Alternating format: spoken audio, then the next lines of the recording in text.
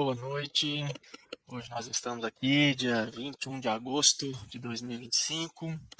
Nós aqui da Homeomart, eu, Dr. Gilberto, Dr. Hamilton, recebendo novamente, pela segunda vez, um grande amigo, uma grande pessoa, um batalhador aí da homeopatia. Já se vão aí, não precisa falar a data, mas já deve estar beirando os 50 anos, se não for mais, né, Filgueiras? 69 eu fiz semana passada.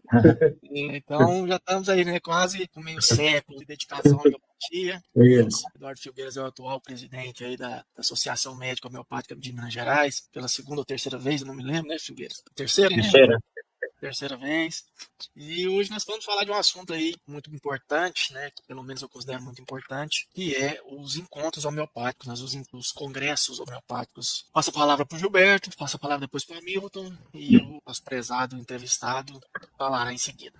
Vamos lá. Olá, pessoal, muito prazer mais uma vez estar aqui com vocês e receber um caro amigo Eduardo Filgueiras para um tema que eu considero também de altíssimo valor, que é os congressos homeopáticos, de uma forma geral, encontros, jornadas, tudo que for evento homeopático, nós queremos saber realmente qual que é a dinâmica e como é que se concretizam para que outros interessados também possam promover em algum lugar, em alguma outra sede, alguma instituição que reúna pessoas com essa finalidade. Prazer em te receber aqui mais uma vez, Phil. A casa é sua. Obrigado.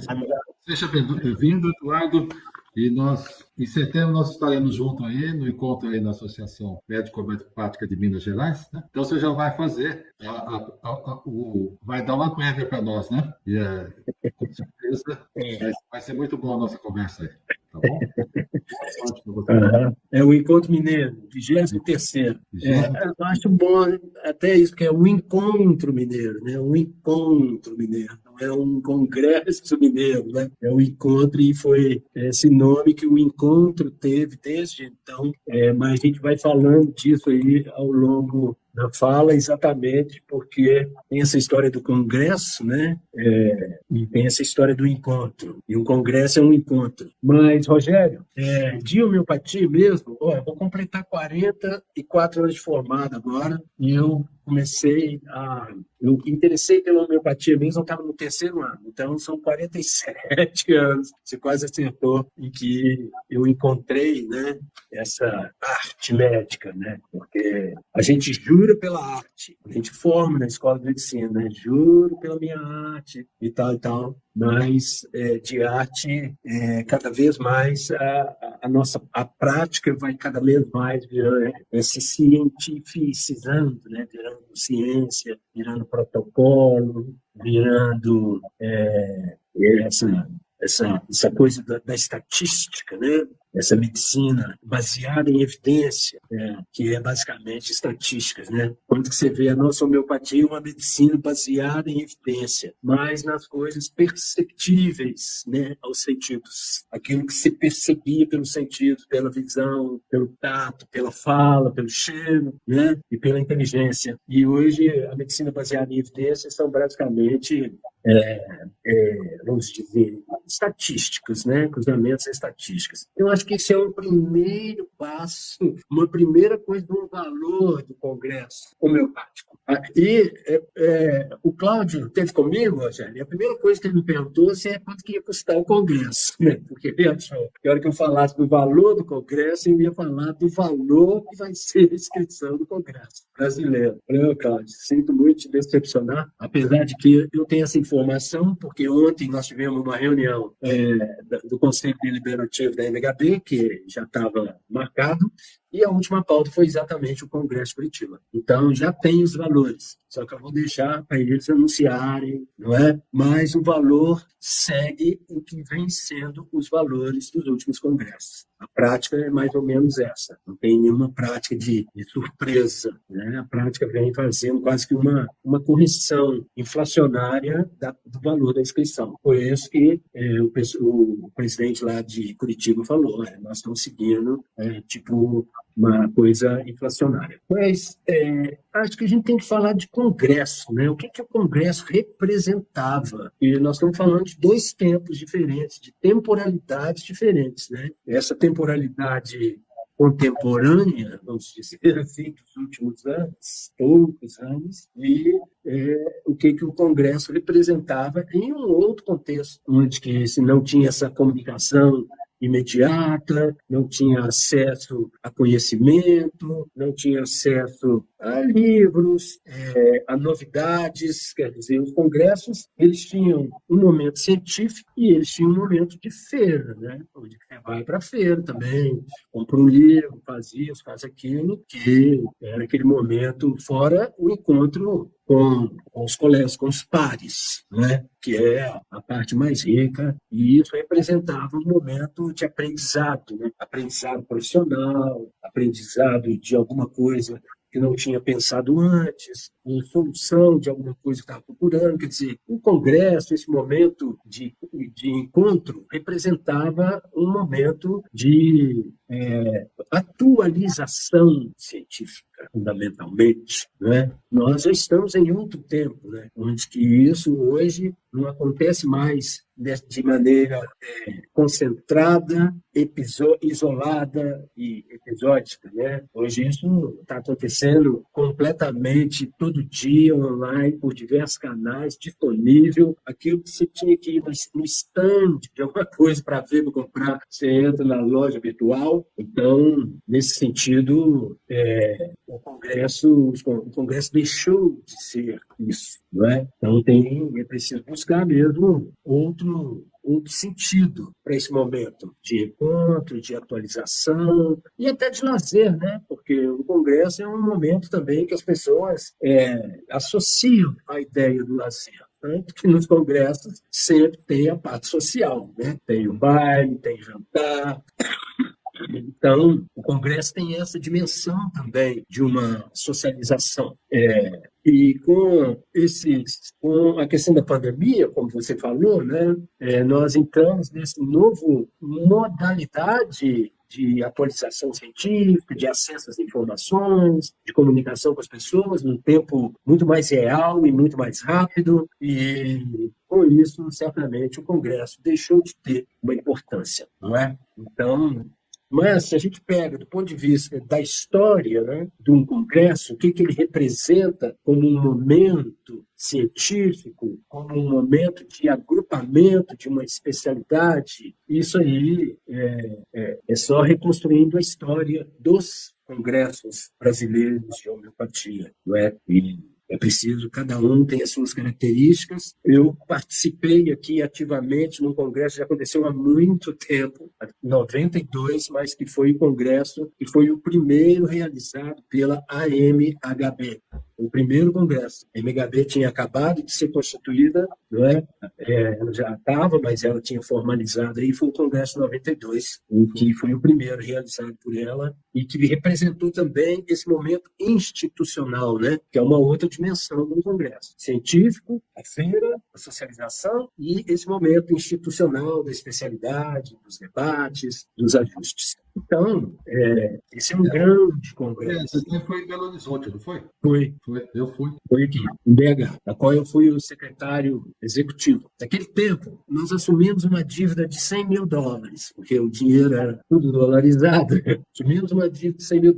Mas tocamos em frente, uma energia, um momento da homeopatia também de expansão, né? Que vinha do movimento ali dos anos 80, aquela curva ascendente da homeopatia, né? Interesse pelos jovens médicos, que hoje estão aí 40 anos depois, né? Estão na faixa etária que é a faixa etária média da nossa especialidade, 56 anos. É a faixa etária média de nossa especialidade, e isso está na demografia médica do CFM. Somos a especialidade mais velha de todos da idade.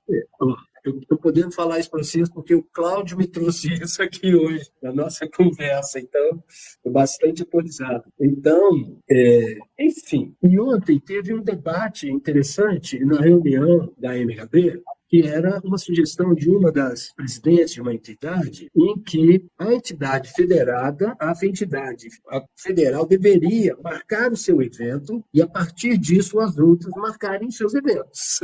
Quer dizer, aquele evento ser o evento principal da especialidade e os outros eventos serem eventos ali regionais que teriam que se adaptar ao calendário. Então, houve um pequeno debate sobre isso. Muitas especialidades fazem assim, não é? Porque as estaduais elas são extensionais de uma federada e não é o caso da AMHB, que surgiu muito depois das entidades que hoje são as federadas. A PH tem 90 anos, né? A de Curitiba acho que tem 60. A associação aqui médica homeopática em Minas Gerais tem 45 anos. A Liga não é representante, mas é uma entidade. Está lá, a Liga, a Gaúcha. Então, a MHB veio depois. Então, eu pessoalmente acho que os eventos regionais, né, dos estados, ali onde tem uma proximidade maior, eles têm aquele agrupamento que está mais próximo, né? Onde que as pessoas estão mais próximas daquele estado, onde que elas têm ali, podem fazer um intercâmbio e rever os amigos também, né? Porque nós temos uma prática muito isolada, de 4 paredes. Ainda mais quem trabalha principalmente no consultório. Ele não vai para um trabalho onde que ele encontra com 10, 15 colegas ali todo dia, e conversa, e bate um papo, fica sabendo. O consultório é uma prática muito restrita. Então, nós trabalhamos de uma forma muito isolada. Por isso que esses momentos de encontro e de conversamento ali são importantes até para a gente reativar a nossa...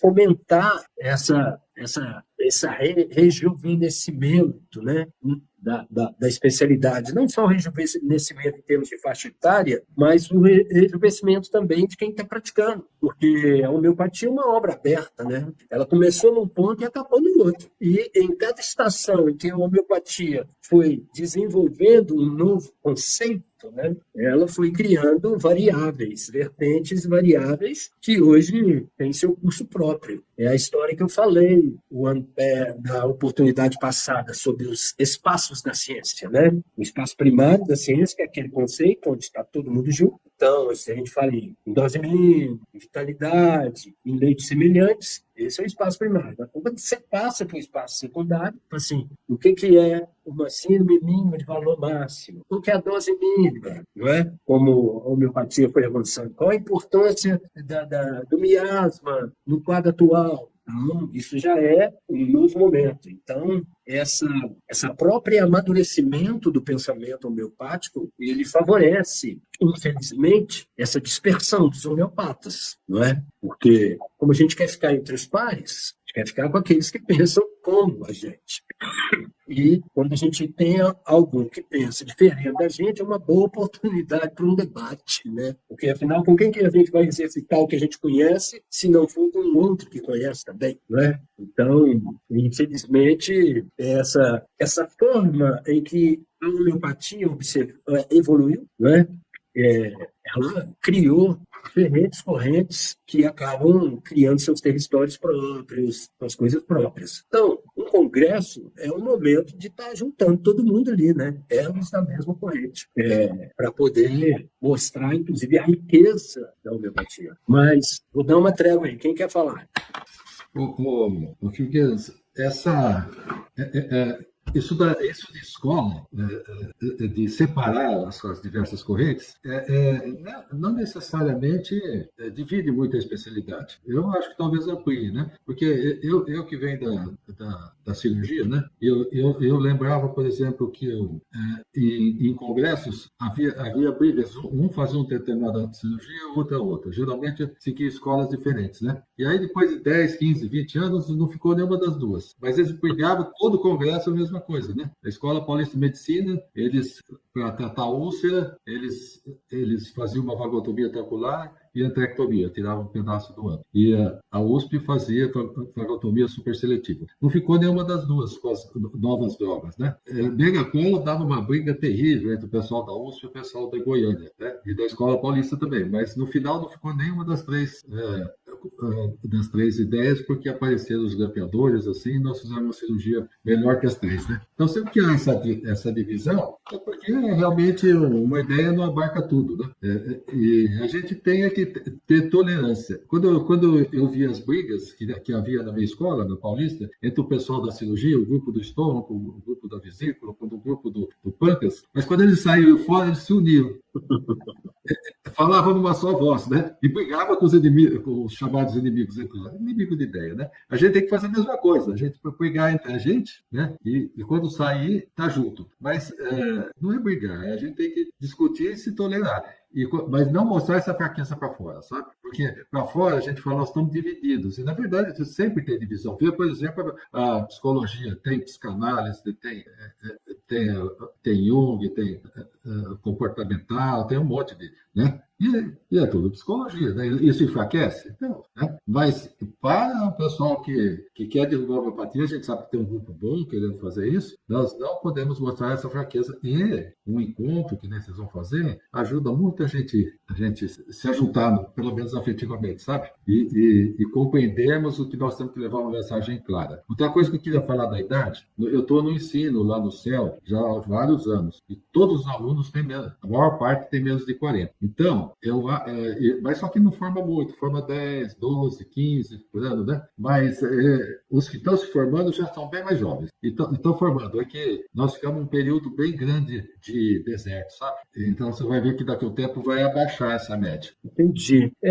Eu acho que são movimentos, né? Igual eu falei, nos anos 90 e os anos 80 foi esse momento dessa curva. Isso. Tinha exatamente esse perfil que a gente está falando, né? Os jovens médicos, inclusive eu, e os cabeça grisalha, né? Aquele pessoal que estava lá na prática há muitos anos. Tinha um hiato intermediário e acho que a onda se sustentou. Mas o que você fala, Milton, me faz aqui a reflexão. Para aqueles que são novatos, vamos dizer assim, que estão iniciando, um congresso é sempre uma oportunidade de ver muitas novidades, né? Muitas formas diferentes de fazer a mesma coisa. E para aqueles que não são novatos, né, que já têm uma estrada, já construíram a sua experiência, o congresso é um momento de refletir sobre o que está fazendo, não é? De parar, pensar e refletir sobre o que está fazendo. Eu, por exemplo, depois que eu estive aí em Uberlândia, né,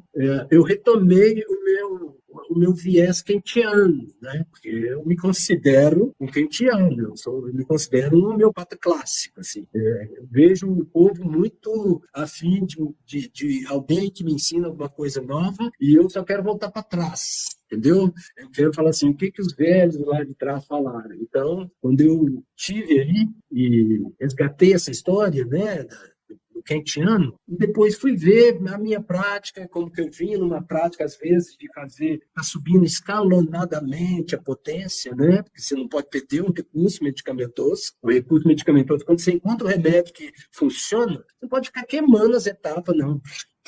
Né? Porque senão você chega lá na frente, você não tem mais remédio.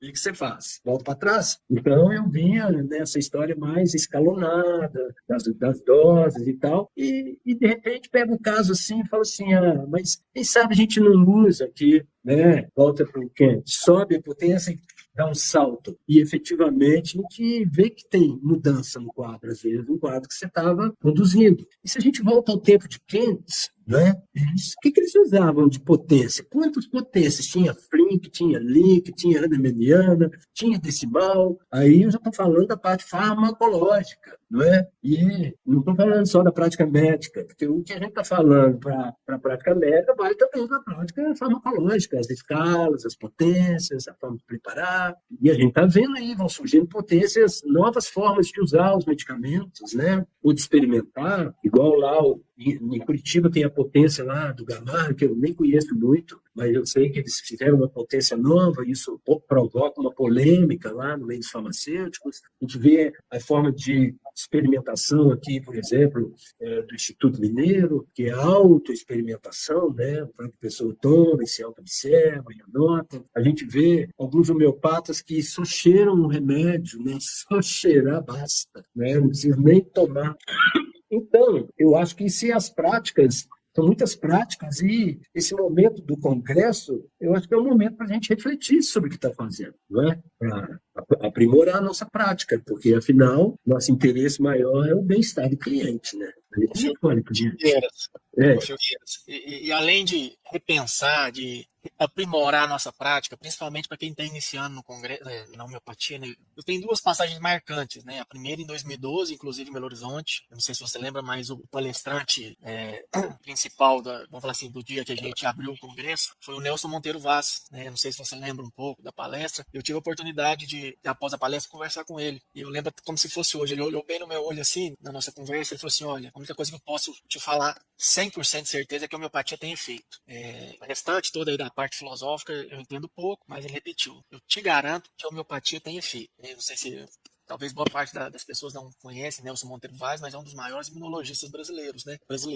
E em 2014 também, ele está até aqui, ele deu uma palavrinha aqui agora, o Dr. Pedro Luiz Ozzi, né? Grande Nelson Vaz, né? Em 2014 eu já estava casado, já tinha vontade de ser pai, e eu fui conversar com o Dr. Pedro a respeito, assim, né, de vacinas, né, e foi outra parte marcante da minha vida, né, conversa pessoal que eu tive tanto com o Nelson Monteiro Vaz quanto com o Pedro Luiz Ozzi, né, eu tô bem emocionado aqui porque foi marcante, foram duas conversas assim, que eu posso afirmar que facilitaram muito a minha compreensão homeopática, né, então, assim, além dessa questão toda de afetividade, de a gente trocar, eu gosto muito, eu falo assim, a gente faz muita política ali no Grécia, né, a arte política, né, conversar com colegas que estão de várias regiões do país, às vezes até de outros países, né, também nessa questão assim, da gente repensar, da gente burilar novas ideias homeopáticas, tem essa questão assim, da gente conversar com pessoas especiais, né, e tem um conhecimento, além de homeopático, um conhecimento da saúde como um todo, de uma maneira realmente integral. Então, eu quero deixar registrado aqui a minha fala, estimulando os colegas, né, que estão escutando a gente, que realmente vão escutar, principalmente os aqui de Minas Gerais, né, participar do Encontro Mineiro, que agora é dia 6 e 7 de setembro, né? Já tem data marcada do Congresso Brasileiro, que será o 37º em Curitiba, Senado, 19 a 20 de abril, né? Mês de abril, né? Mês de abril. Feriado de 21 de abril.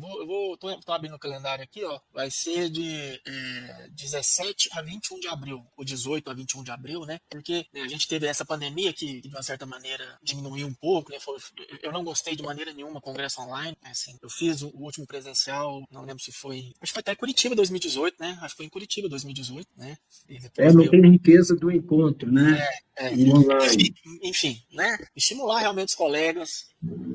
A gente só tem a ganhar, independente da idade, né? Os jovens, os mais experientes, com esses congressos, com esses encontros, com as jornadas, porque certamente todos que voltam modificados, né? Ou na sua prática homeopática, ou no seu entendimento homeopático, ou em algum outro entendimento de alguma área que você sente necessidade, porque muitos homeopatas...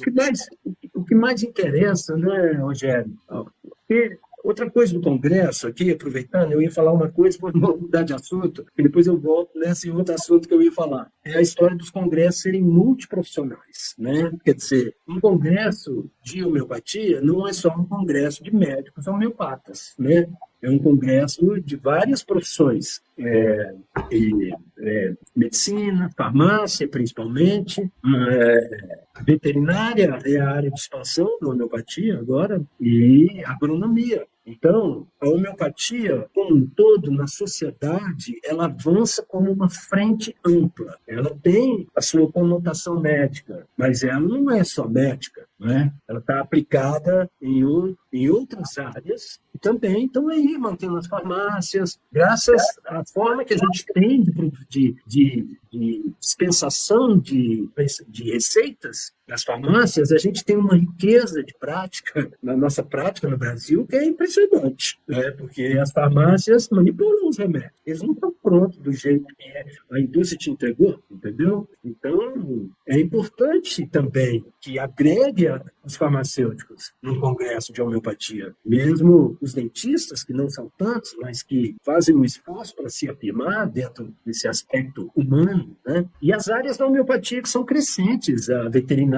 tanto os pequenos animais, quanto nos tratamentos populacionais. Já é indústria, não é? Combater carrapato, combater mastite, produção na mesma lógica em que a homeopatia se espalhou pela sociedade, na produção de complexos medicamentosos que se associam aos alimentos. Você prepara o remédio, o alimento e dá para o rebanho, seja peixe, seja galinha, seja boi, né? E é claro que tem os tratamentos individuais também. Então, Curitiba, fora a agronomia, né? Curitiba, então, está resgatando isso. É um congresso que não é só médico, porque quando nós fizemos esse congresso lá de 92, também era assim, de todas as especialidades, todas as categorias. Depois, a homeopatia buscou muito, vamos dizer, se ombrear com os pares, né? Os pares médicos, os pares, principalmente, da medicina. Isso é positivo para nós, tanto que só agora que a gente tem lá uma Câmara Técnica no CFM, não é? Está constituída uma Câmara Técnica, mas nós estamos aí como especialidade há 35 anos. Então, o Congresso tem essa conotação também de multiprofissional. Mas o que eu ia falar primeiro, antes, essa hora que eu mudei de ideia, é essa história do encontro. Daí eu vou falar do Encontro Mineiro. Já é o terceiro, mas eu vou falar do Encontro Mineiro. Porque o Encontro Mineiro sempre foi pensado assim. Ele foi pensado para pensar a homeopatia nos seus vários aspectos. E não só a homeopatia como, vamos dizer assim, a prescrição, a evolução de um caso clínico. E esse é o mais importante, porque a homeopatia tem resolutividade clínica. Se ela não tivesse, ela já teria sido varrida das práticas médicas. Uma revolução científica e uma revolução tecnológica, e nós estamos aí ainda com um perfil assistencial que eles estão buscando, da visão integrativa, da mínima interferência, não é? Mas nós estamos nadando na lagoa cheia de jacaré. Nós estamos nadando. Tem gente buscando. Então, o encontro, como o Encontro Mineiro, ele sempre teve essa preocupação de pensar fora da caixa, pensar a homeopatia sobre outros aspectos, pensar a homeopatia como um aspecto institucional, que é a especialidade,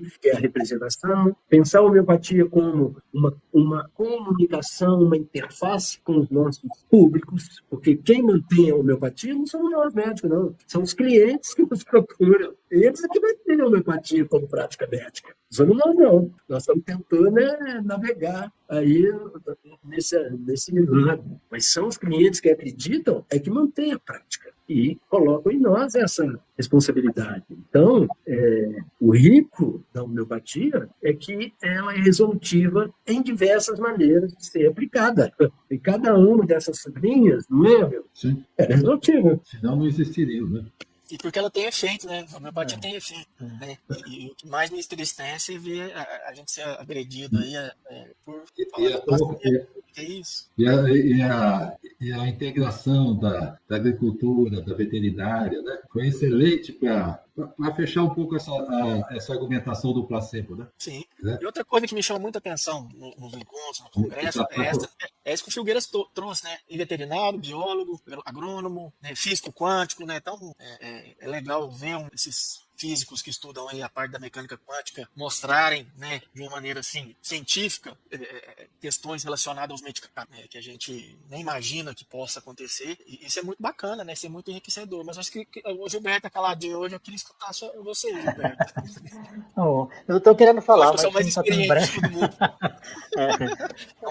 Mas é o seguinte, eu já participei de muitos congressos também, né, vários encontros, sempre com um grande proveito, com muito prazer, porque, como você disse, Phil, os bastidores no congresso são riquíssimos. Então, muitas vezes, assim, a agenda de trabalhos não está tão boa assim, mas as conversas de corredor valem muito, e a gente troca ideias, troca figurinha e fica sabendo o que o colega está fazendo, o que o grupo lá não sei de onde está providenciando, né? Isso é de uma riqueza imensa. Mas, depois desse preâmbulo, eu quero falar o seguinte, o Congresso já representou uma força muito grande, porque não tinha outra organização, não tinha veículos de comunicação, né? Então, tudo estava, assim, nas mãos do Congresso. E eu acho que houve na minha opinião, né? Houve um equívoco de premiar trabalhos que não eram, assim, bem homeopáticos, sabe? Eu acho que dá espaço para apresentar, ok, como você disse, liberdade, né? Vocês falaram aí da liberdade para que todos se sintam representados na programação. Mas você premiar um trabalho num Congresso Brasileiro que fere, assim, profundamente os pontos básicos da homeopatia, eu acho muito arriscado. Por mais que aquilo tenha assim um glamour e atraia a atenção, eu acho que a responsabilidade é muito grande. Eu concordo plenamente, porque esse agregamento, né, esse agregamento de práticas vitalistas, são práticas vitalistas, várias práticas vitalistas, não é? Mas que elas não têm o arcabouço experimental que a homeopatia tem, não é? De conhecimento. E eu, num certo sentido, eu vejo que essa ânsia de agregar alguma novidade na, entre aspas, ciência, né? Ciência, ela é teratogênica, para usar o termo médico, é teratogenia, porque você aproveita todo um arcabouço, né, estrutural, lógico, de observação, de compreensão, de sistematização, construído, repetido, reproduzido. Não é? Ele fala assim, não, mas eu quero dar o meu toque. Né? E vem com uma ideia teratogênica, né? Teratogênica, uma prostaglandina, como eles dizem. Hoje eu estava estudando as prostaglandinas, que são os ativadores do sistema inflamatório, e ao mesmo tempo que elas ativam o sistema inflamatório, eles ativam o sistema de reprodução do organismo, então começa a formar vaso, começa a criar estrutura nutricional. Então, o que isso tem a ver com o que eu estou falando? É porque é teratogênico, entendeu? Quebra uma outra ordem. Então, eu vejo essa grande ânsia aí, né, de escolas ou de pessoas, como algo que vai,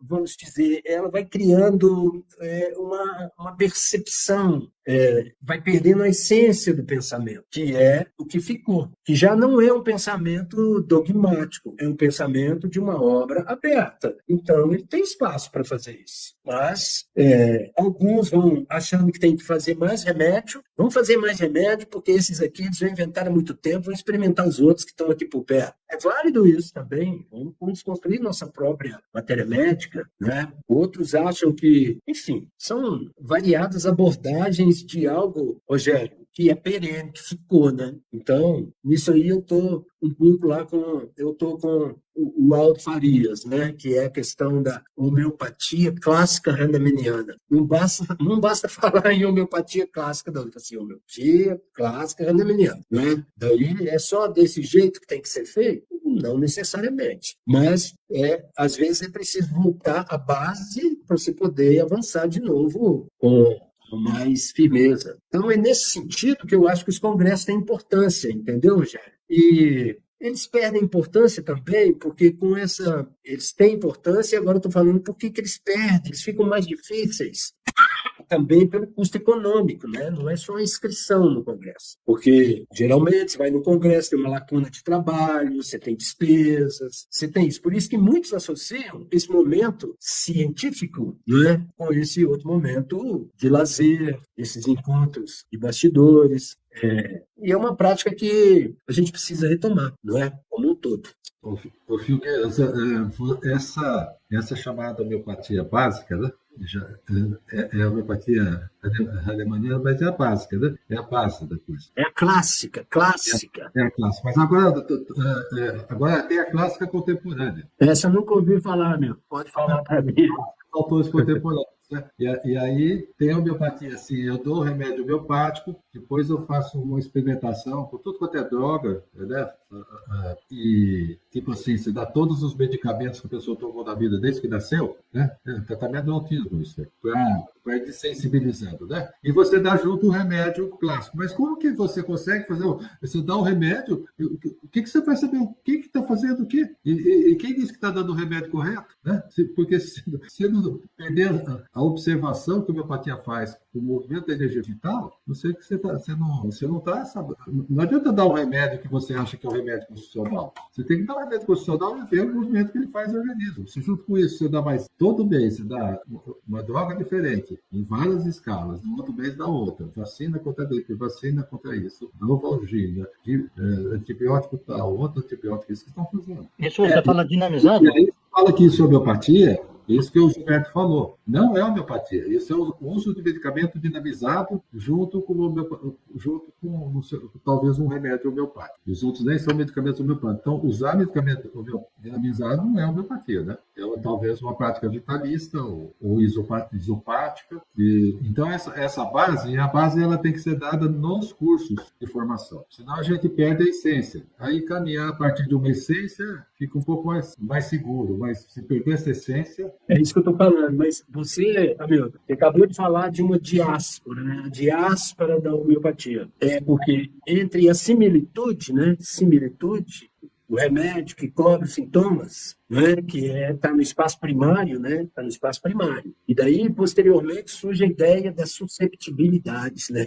Não basta ter similitude, tem que ter as susceptibilidades, né? E aí se cria essa diáspora. E assim a homeopatia ela vai crescendo, né, na observação. Você vê que se a gente pega entre 1796 lá, né, as datas são certas, que é o princípio lá da quina, a similitude da dose mínima. E se a gente pega a última edição do Organon, né, que deve ter sido escrita em 1942, são 50 anos de prática, né, de prática clínica, né, praticamente. Então, essa diáspora aí é que vai fazendo essas segmentações e não é de diferentes escolas, diferentes abordagens, mas se a gente sair só do ponto de vista que a gente enxerga e ver a homeopatia na frente ampla, né, a gente vê que a homeopatia cada vez mais adentra a sociedade brasileira, né, cada vez mais. A veterinária, a coisa, e tem também tem aí os terapeutas naturais, né, os terapeutas integrativos, os psicólogos, vários outros profissionais que também lançam mão do remédio homeopático, não pertence só aos médicos. Agora, é importante que os médicos, a categoria, dê essa demonstração aí de uma unidade, né? Uma unidade, enfim, de estar no mesmo campo. Essa que eu acho que é fundamentalmente a importância, Rogério, desses momentos de encontro, tipo conversa. Muito bom, Filgueiras. Concordo com o que você disse. Então, a gente tem que estimular então os colegas, né? Então, aqui novamente o meu convite, né? No dia 5, dia 6 e 7, né? Dia 5 a gente já tem uma parte online, né? A abertura, não sei se a abertura vai ser online, não, vai ter abertura presencial no dia 5. Na abertura é online, na sexta-feira, com o autor, propriamente, evolução do caso clínico. Né? Depois, focando na clínica, né? A gente tem depois o Brunini, né? Que vai fazer lá basicamente sobre essa questão do desenvolvimento normal da criança, né? Porque é tanta patologia que a gente perde a referência do que é o desenvolvimento normal, né? Qual que é o viés da saúde, porque hoje é tudo tanto diagnóstico, tanto estímulo, tanto teste, né? E principalmente o desenvolvimento normal da criança, não só nessa história, porque o desenvolvimento é o crescimento, o amadurecimento e desenvolvimento. Então, isso aí, o Brunini vai abordar isso, porque o tema do encontro é os agravos contemporâneos na saúde. É por isso que depois, quando se refere aos adultos, nós vamos ter a Luciana, que é psiquiatra, é homeopata, tem experiência aqui no PROAMA da prefeitura, mas ela é psiquiatra. Então, ela vai trazer também essa abordagem do que é normal, é onde que o normal sai do normal, entendeu? Porque é tudo tão medicalizado hoje, né? Tudo tão medicalizado, e quando chega para a gente nem sabe o que a gente começa primeiro, se você começa a desmedicalizar ou se você começa a tratar o que você ainda está vendo, apesar do medicamento que está usando. Mas daí você já tem duas doenças, você já tem a doença natural e você já tem a doença medicamentosa, da droga química, né? Você já está com duas doenças. E aí, como que faz? Como que a gente vai tendo a referência até onde que uma ansiedade é normal, até onde que perder uma noite de sono é normal, até onde que sentir um temor é normal e a partir da onde que isso vira uma doença. E nós vamos ter também o Guilherme Santiago. Guilherme Santiago, ele é um gastroenterologista aqui de Belo Horizonte, da Academia Mineira de Medicina, é professor no IPSENG, tem 30 e tantos anos de formado, é médico paliativista, e ele escreveu esse livro que chama Medicina Excessiva, o excesso, não é? Que a medicina vai praticando. Os Excessos. E tem vários capítulos, é um livrinho pequenininho assim, e ele separa em várias crônicas, como se fosse uma crônica, e ele aborda desde aspectos históricos da medicina, filosóficos, até os aspectos assim da prática, né? A valorização de pequenos achados, quando você não tem alguma coisa substancial, mas tem um pequeno achado, se transforma, vamos investigar, transforma aquilo num problema, enfim, ele vai estar presente também.